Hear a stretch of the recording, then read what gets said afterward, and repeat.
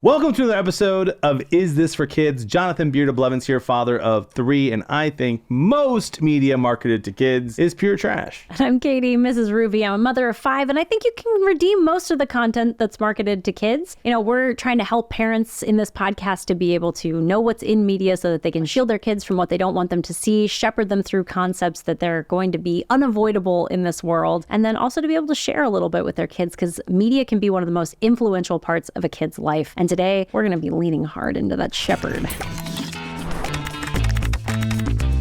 Yes, this is going to be one of our more controversial episodes, not for the sake of controversy, just because Ruvi and I like to, we know we have an audience of people from all different backgrounds and beliefs. Obviously, we have our own, and we try to look at everything through the lens of true, good, and beautiful. Yeah, sure. But today we just have, it's just a controversial episode, so stick around until the very end. Absolutely. Today, we are talking about Thelma the Unicorn. This is the 2024, just came out in May, Netflix show based on a children's book. I've read the children's book. Okay. Almost nothing to do with the movie, let me guess. Very little in common. I mean, there is a pony named Thelma who glues a carrot to her nose and through a freak accident is painted pink and sparkly. But in the book, Thelma just doesn't like being chased around by unicorn fans and decides that she would rather just be a pony and stay home with her friend. In the Netflix drama, we have Thelma wanting to be a singer. Pretty great soundtrack there where she goes around trying to sing. But a lot of people who stand to gain financially from Thelma's career or to get clout from Thelma encourage her to ditch her bandmates and go pursue a life of fame and fortune as Thelma the Unicorn before she decides that's not really for her and she wants to be who she was born to be. So she takes off her makeup and her carrot and goes back to being Thelma the pony. And as it turns out, everybody still loves her anyway. So we had Here comes a cut. That song is wild. My children won't stop singing it. The soundtrack is very good all around. Like there's just nothing bad to be said about the soundtrack. But we had some sort of differing takeaways from it. Where do you want to start? Because we have share. I think there's plenty to share, plenty to shepherd, as we talk about now in a lot of our episodes. Yeah. I also think there's some interesting things in there to shield from, or not even necessarily shield because you might not have to, but things that kind of get under my skin a little bit as a parent that we can talk about as well. So from my angle, the shielding things, there was mostly just crude humor, a little bit of poop jokes, like some stupids and a little bit of name calling. But for the most part, from a propriety standpoint, it was pretty appropriate for kids. There's no drinking, no drugs, no sex, no violence. There are some maybe political things.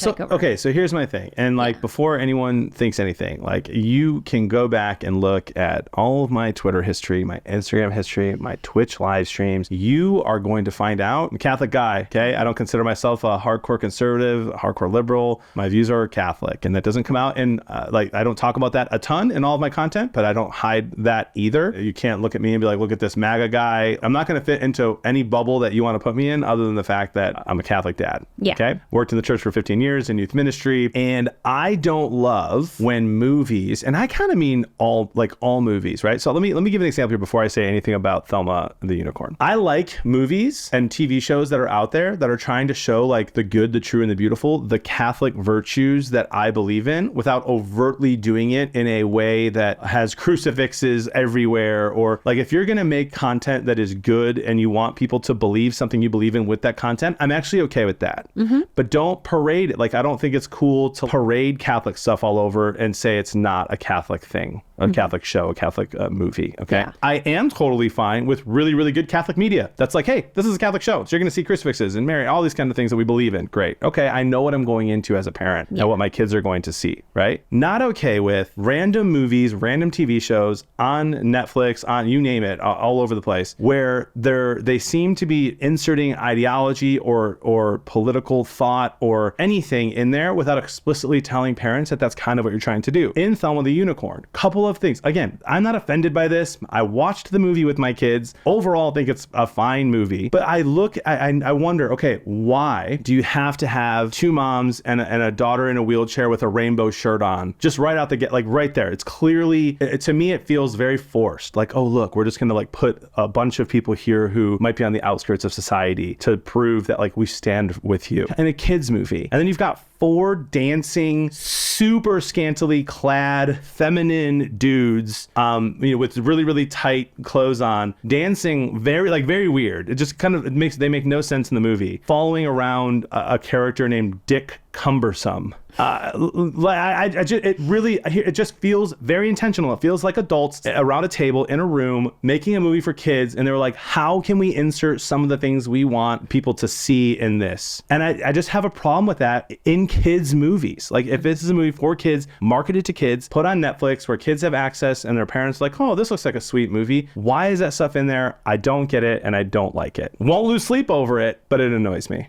OMG, who cares? Oh, women. I can't imagine how horrible your lives are. Get a hobby. Get a life. You're a white woman. You have no sex. I'm a grown woman. These comments on Instagram do not bother me, but your kids shouldn't have to deal with this. That's where Bark comes in. Silence that noise. Bark can help you to cut off the apps, the scary language, and it'll let you know if any bullying like this is happening to your kid online. Get the Bark phone or the Bark app. You'll like it. I think you could make a good argument that any movie about a unicorn is going to involve a rainbow. Just naturally, little girls stuff prior to, 10 years ago when that was sort of adopted as a political symbol, that would have just been known to everybody. There's going to be sparkles, there's going to be rainbows, there's a unicorn. But you're right, that it clearly is making that point. I think if that's something that's concerning to you, definitely shield your kids from that. This might be, but you watched it with your kids. Did your kids pick up on No, any they didn't of that? pick up on it at all. Yeah. But so again, then I asked the question, then why put it in? Yeah. Why like, if it's not an obvious thing to the kids and it's only obvious to the parents, why put it in? Yeah, I suspect it's a goal of letting people know where your allegiances are. And we would call that virtue signaling, I guess. I think people come at it from an angle of genuine concern. But for me, I took something very different away from the story. And maybe it's just like my personal life because this is relevant to me in my life. But what I saw here was the story of somebody who was born in a body that didn't help them achieve their dreams the way that they wanted it to. So they changed their body to be able to pursue their dreams. And they had a whole mess of people who stood to benefit from them financially or through clout, who were cheering them on. We love you so much. The way that you've changed your body just made you perfect to us. Now we love you so much. But in the background, you see Thelma's old bandmates, her friends from when she was just a pony, who's known her whole life, still loving her, still supporting her, still wanting to be behind her, no matter what. And all of these people who stand to benefit financially are telling her, oh, you got to lose those guys. You got to never speak to them again. Those are people that they're not worth it to you. They do absurd things to get them out of her life. And eventually Thelma comes to the realization that she can be who she was born to be, that her body is good, and that painting your body and attaching things to your body isn't necessarily the right way to pursue a dream, and that she can still pursue that dream in her body that she was born in. And so she wipes the paint off of her face. She goes out to her adoring fans and tells them, this is who I really am. This was how I was born. And they love her anyway. They still love her, because you can love somebody no matter what they've gone through, no matter where they were or how they come back. You can always love that person. And what was huge for me is that the little girl that you're talking about with the same-sex couple parents, I didn't even notice the parents because all I noticed was that the girl was disabled. She's in a wheelchair. And I'm a parent of a visibly disabled child. So you can look at my kid and know that there's something different, although she may not want to use the word disabled eventually. So I would like to, let her take that however she wants to do it. This primary narrative in the world right now, that your body can be made to be whatever you want it to be in order to pursue your dreams, that's a harmful narrative for people who are disabled. There's nothing that my daughter can do to change her body to make it pursue any dream that she wants. There's nothing that little girl is going to be able to do to get out of that wheelchair. So your body is good. The way that you were born is good, and you can be loved no matter what. And that was the takeaway that I had from Thelma and the Unicorn. Maybe it was not intentional. Certainly it doesn't seem to align with the values that people are trying to signal with this. As a parent, looking at this from the angle of what are we teaching kids, I was delighted to find something where they came to the conclusion that your body is good. The way that you are born is good. People will love you in your body. You don't need to change anything about yourself. Yep. I love that. I think there's plenty of good in this this movie, there's good things to share with parents and to share with your families, good things to shepherd through. And then there's just the things I brought up already. And then like a grown man who's obsessed and asks Thelma to adopt him. Like, you're my mom. And he's a grown man, like middle-aged man who tattoos her on his chest. Like, just weird. You're like, why is that in there? He's not a funny character. And like, again, not offended, just weird. Makes no sense to me. Why add all that when they have the beautiful themes that you're talking about? They have overcoming adversity, being your authentic self, be true to who you are. Don't try to appease other people. You're not like, by doing that, you're going to hurt yourself and hurt others.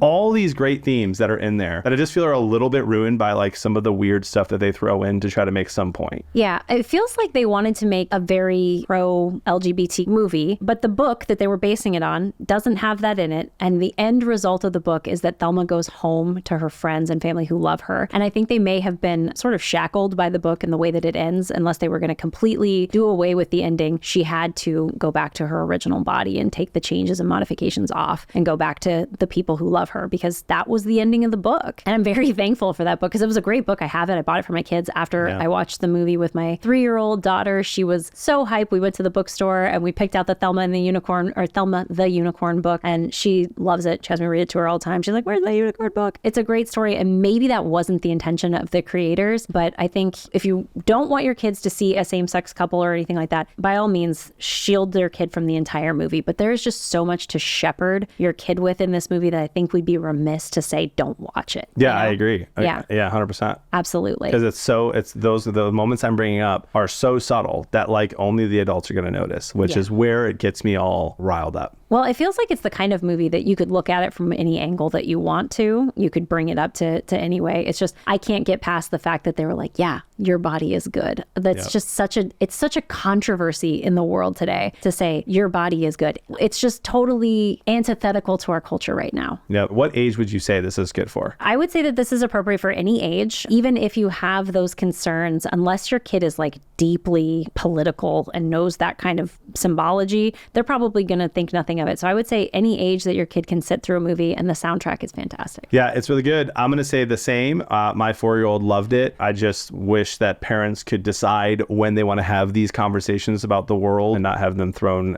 in movies. But again, my kids didn't notice any of that. I loved the main character. I thought that the 2 bandmates were hilarious. If your kid can sit through a movie, they can sit through this and will likely enjoy it. And that's sort of the entire point of this podcast, right? We're not here to tell people what they can and cannot show their kids. We're here to give them an idea of what's in the content so they can decide, do I want to shield this? 100%. And I let my kids watch it. You might watch this whole thing and be like, wow, what a crazy person. Like my kids saw the movie. Yeah. I asked them, did anything stand out about this movie? No. Okay. Just the song. Yep. Here comes the cud. This movie did a great job of talking about the harmful effects of social media. How quick that someone can just go viral, and what comes with that. The blackmailing that can happen when you take a picture of something or someone using social media. Like this movie and 5 or 6 different moments showed that that social media has a massive influence on this world and on our lives and on our careers. And we didn't even get into that and what that means for kids and all that kind of stuff. Yeah. Hey, if people really like this episode, where could they find more content like this? If they liked it or hated it, they can go to isthisforkids.com, available everywhere you listen to podcasts. If you're listening to this, we're also on YouTube if you want to stare at our beautiful faces. Make sure you leave us a comment down below. That comment tells people that the content is something people want to engage in. Subscribe to the channel, like the videos, share it to all of your mom friends. Check us out over on Instagram at ITFK Podcast. There's just a lot of content out there for us to wade through as parents. Jonathan Beard of Blevins. I'm Katie, MrsRuvi. Let us help you decide. Is this for kids?